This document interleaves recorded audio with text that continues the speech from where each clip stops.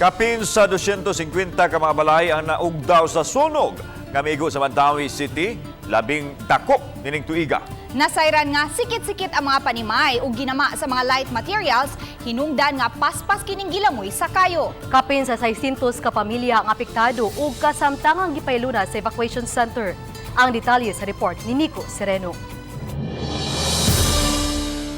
Kuha kini sa Sitio Paradise, Barangay Look, Mandawi City nga gilamoy sa dakong sunog. Nagdilaab na kining komunidad ug daling nakakatap kay nagsikit-sikit ang mga panimay nga sagad ginama sa light materials. Nadawat ang alarma alas 11:46 sa gabi ug naisa sa 4th alarm. Sa pagkikumbate sa kabombiruhan, lain-laing lugar ang ilang gipwestuhan tungod sa kadako sa area. Gisirad-an sab ang first bridge kay ang mga fire trucks didto nanukad aron makapasirit sa tubig paingon sa nasunog nga dapit. Ang mga residente iyahay pagpaniguro sa ilang kaugalingon ug sa ilang pamilya. Ang uban nangambak na lang sa dagat aron makalikay sa grabing kainit.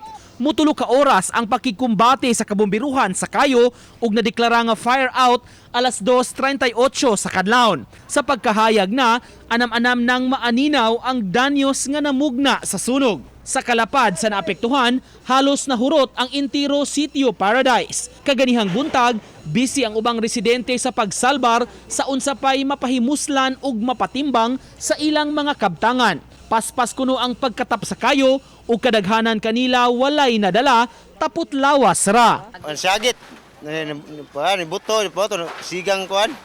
Babaw pagtano nanaog mi. Dako ra kay siga. Dire may kasugdaw na sugod dire. Tapat sa mo. Kini man kana mamo ah. Audit nya karon. Bintaha to kay may mapunit pa kami.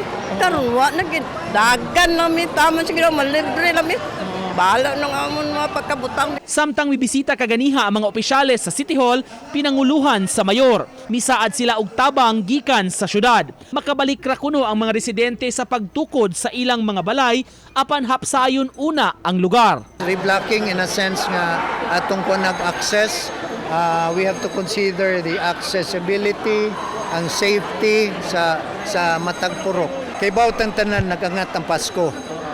Naay mga pamilya, no?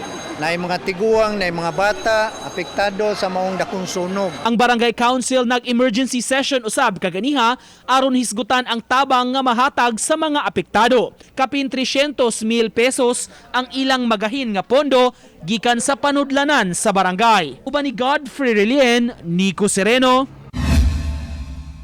Balitang Bisdak.